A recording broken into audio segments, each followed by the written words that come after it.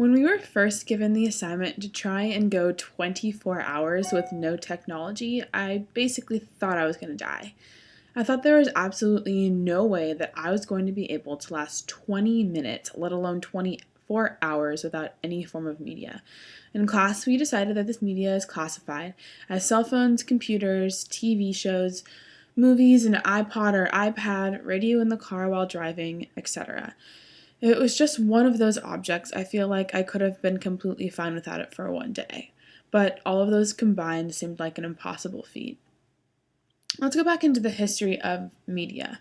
The concept of media has been around for thousands of years. As a part of this assignment, we needed to find the oldest article in JSTOR that discussed the topic of media. The oldest article that I found on JSTOR didn't actually talk about the topic of media, but it was intended to educate the same way that media was used to be. This article is actually from 1665 to 1678 and is an exact narrative telling the story of a hermaphrodite now in London by Allen.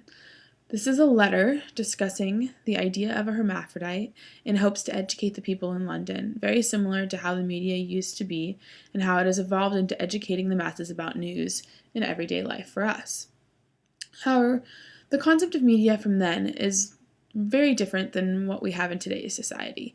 It seems to me that almost every week I see a new advertisement for some new Apple product or some new movie or TV show or book series. While media was meant to inform and educate in the olden days, today the media is used for many other things, some beneficial to our society and others not so much. According to a news article featured on NewYorkDailyNews.com, hundreds of cyberbullied teens have committed suicide due to these new advancements of technology. Let's put that in picture for a second. Hundreds of innocent teens are committing suicide. Teens feel more brave in being able to say hurtful things to people because they have the protections of sitting behind a computer screen instead of saying it to someone's face. It's proven to be a major issue in the development of media. However, recently, there's been a huge campaign developed to end cyberbullying altogether. I sincerely hope that it takes off and changes the outlook that media has on teenage life. Media is around us constantly. For example, I'm going to show you a couple of the things that are literally within arm's reach of me that are media. Right next to me, my cell phone. It is always right next to me. And I know that's really sad, but it's always within arm's reach. Obviously, I'm recording this on a computer with a webcam, and although I am recording and I am reading something off of Microsoft Word, I have 3 other tabs open, some for homework, some for funny YouTube videos, Spotify to listen to music, email to check my email for school. So those are just things that are in arm's reach. I also have a printer behind me, so I can print out my documents for class. Anyway, as you can tell, it's around us all the time.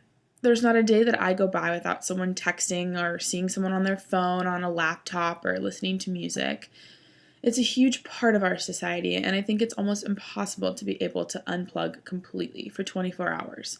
Because this media and technology is all around us all the time, it has almost changed humans into being more impatient creatures, expecting everything to come at the click of a button. It's kind of a scary thought to realize that technology and the development of media has actually changed human beings. As you could probably tell, I failed miserably at going 24 hours without any form of technology. I really tried. I promise I tried. I felt like a kid in a candy store, seeing all of my family and friends and watching TV together on their cell phones. I couldn't text any of my friends or talk to anyone besides the people face to face when I was home during this one day over Thanksgiving break, and even my parents were checking their email or on their cell phones, which is not as common as it is for people that are in my generation. All I know is that I tried to do my homework, I tried reading for fun, I literally cooked probably about 6 recipes of food for my family. I drove around in my car, of course, without listening to music because the radio counts as technology. And I just ended up wasting gas, all to come home and give in to a movie with my sister and a nice cup of tea. Days come and go, and my perception of media changes. There are days, let me tell you, that I absolutely hate technology, where I wish people could get to know each other organically through conversation in a genuine way, rather than through text and funny Facebook posts. There are days my printer doesn't work, my phone freezes, and I just think that the world would be a lot more simpler if we didn't have these things. There are also some days when I look at how connected the entire world is, how I can talk to my big and my sorority studying abroad in Madrid halfway across the world by just sending a Facebook message to her. I know that a lot of my relationships that I've had before college would completely fall apart without the ability to talk to them on the phone or text them or Skype them.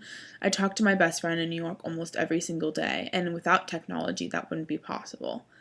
And although media can be used for some things that may be detrimental to society, the positives do outweigh the negatives, in my opinion, and I personally feel that we can control the role that media plays in our lives as human beings.